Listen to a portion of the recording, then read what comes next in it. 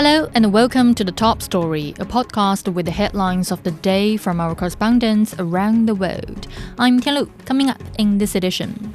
Iran has declared Monday a day of national mourning for the victims of the weekend port explosion and fire.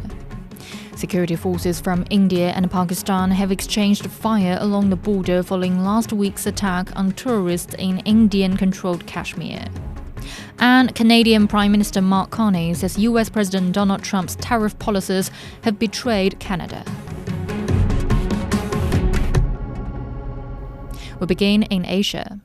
Iran has declared Monday a day of national mourning for the victims of the weekend port explosion and fire. At least 40 are dead and more than 1,000 injured in southern Iran. Initial reports link the blast to missile production, but Iranian authorities have denied any connection with the defense sector. Ehsan Kivani has more on the aftermath of the deadly blast. The explosion at Shahid Raja'i port sent shockwaves through the region, leaving devastation in its wake. Workers, drivers, and port staff were among the victims. Iran's Parliamentary, National Security and Foreign Policy Commission swiftly dismissed rumors denying any link to missile production. Officials confirmed the blast originated from chemicals inside containers with extreme heat, temperatures up to 40 degrees Celsius believed to be the factor. President Masoud Pezeshkian has ordered a full investigation. After visiting the site on Sunday, he issued urgent directives to manage the crisis. Destruction is staggering. Initial reports indicate that over 10,000 containers destroyed, along with severe damage to vehicles and infrastructure. Authorities are working around the clock to resume operations as soon as possible. Russia is sending emergency planes with disaster response experts. Many other nations have also offered condolences. Rescue and recovery efforts continue as authorities assess the full impact. Meanwhile, Iran's prosecutor general has pledged government compensation for those affected. In a show of solidarity, people here in Bandar Abbas and neighboring provinces are donating blood, answering medical authorities' urgent call to aid the wounded. That was Ehsan Kivani reporting from Bandar Abbas in southern Iran. To the tensions between India and Pakistan. Security forces from India and Pakistan have exchanged fire along the border. Tensions have risen after the killing of 26 tourists in Indian-controlled Kashmir. Ravinder Bawa reports from Delhi.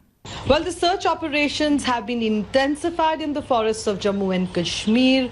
The NIA, or the National Investigative Agency, has officially taken over the probe of the attack following the orders of the Home Ministry. Eyewitnesses are being questioned for the minutest detail to piece together the sequence of events.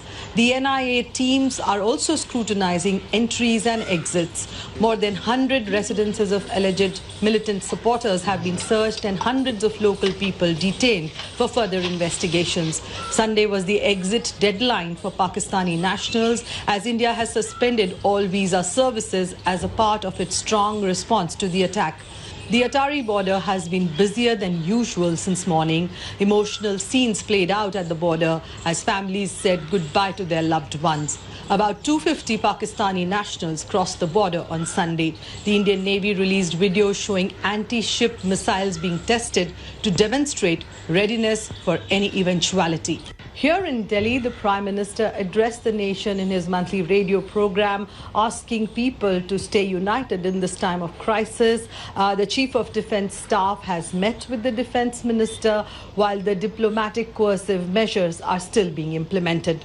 That was Ravinder Bawa with India's response following an attack in a tourist region last week. Pakistan has denied India's accusations and is demanding a full investigation. Prime Minister Shehbaz Sharif said Islamabad condemns all types of terrorism. Pakistan has countered India's move to expel defense personnel. Daniel Khan has more. Prime Minister Shehbaz Sharif has said Pakistan will fully cooperate with any neutral, transparent investigation into the deadly Pahalgam attack in Indian-controlled Kashmir. Sharif condemned what he called India's perpetual blame game and warned that any attempt to tamper with Pakistan's water rights under the Indus Waters Treaty would be met with full force. Meanwhile, Interior Minister Mohsin Naqvi doubled down, demanding an impartial probe and accusing India of politicizing the tragedy without evidence. As India suspended the decades-old treaty and downgraded diplomatic ties, Pakistan hit back by freezing bilateral agreements and warning of serious consequences. With cross-border skirmishes flaring along the line of control, Defense Minister Khwaja Asif also warned that further escalation could trigger all-out war. The United Nations has condemned the Pahalgam attack and called on both nuclear-armed nations to show restraint. That was Daniel Khan in Islamabad. In North America, Canadian Prime Minister Mark Carney says the country's old relationship with the United States is over. As he wrapped up campaigning for the federal election, the Prime Minister said US President Donald Trump's tariff policies have betrayed Canada and ruptured the global economy. Trade has also been on the mind of Canadian voters. Dan Williams reports. One final push for votes. The leaders of Canada's political parties campaign for a final day across the country. Canada's elections have witnessed a remarkable shift in the polls. The Liberal Party was down by more than 20 points at the start of the year. One key change saw Mark Carney replace Justin Trudeau as its leader, a move preceded by the trade war with Canada's neighbour and largest trading partner, the United States. US President Donald Trump also attacked Canada's sovereignty, claiming the country would be better off becoming a US state. That appears to have influenced voters.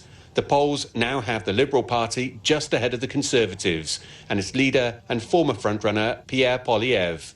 One effect of all this new tension with the US, a wave of newfound Canadian pride. I think it's probably one of the most important elections of the century because of what's happening now. So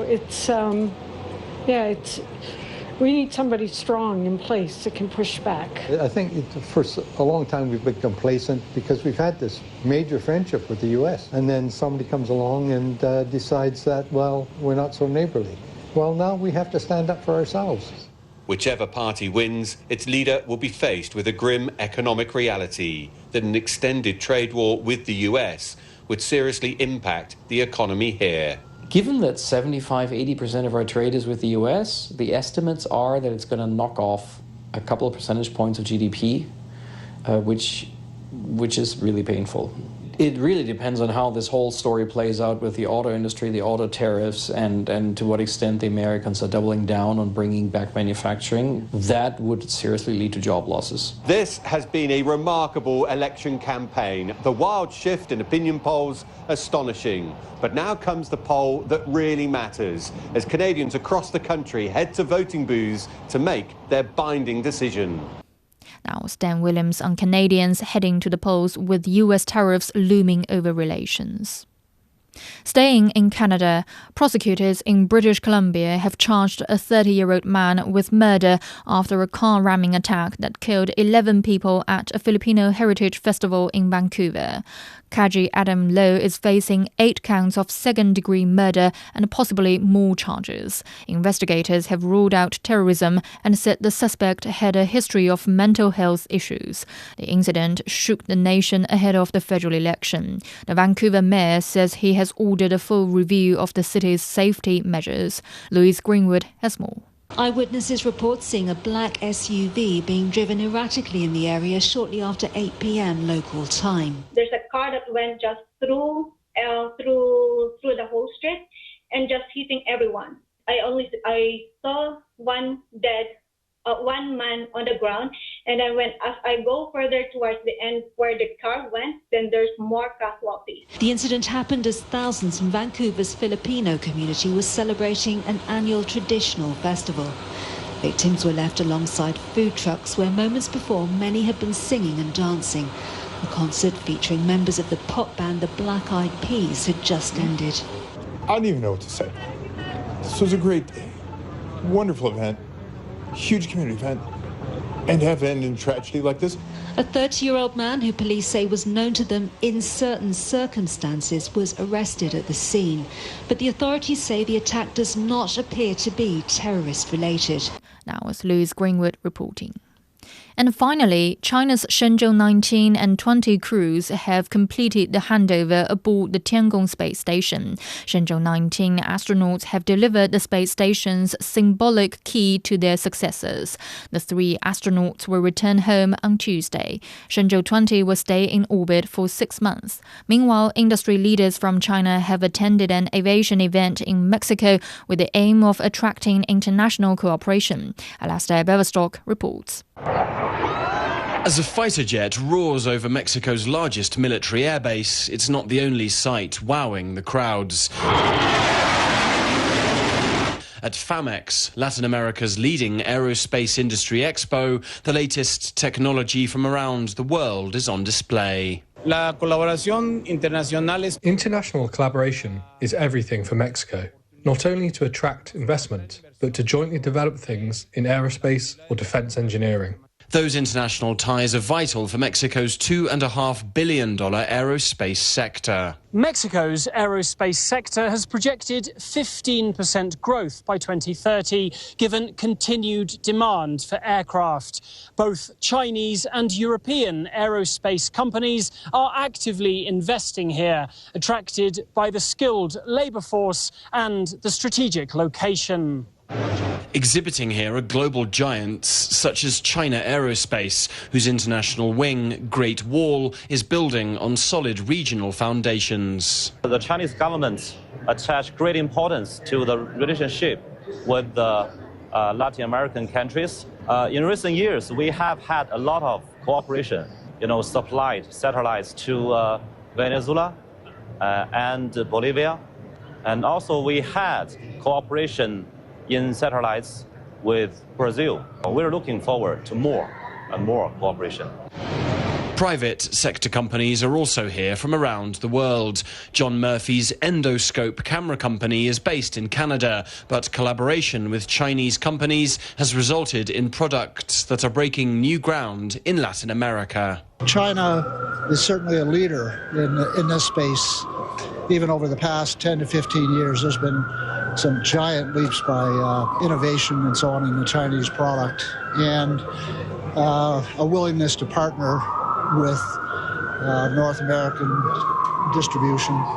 That collaboration is vital for the industry to advance. An aircraft is built in 100 countries, from very small components to large ones, and no one can have global hegemony.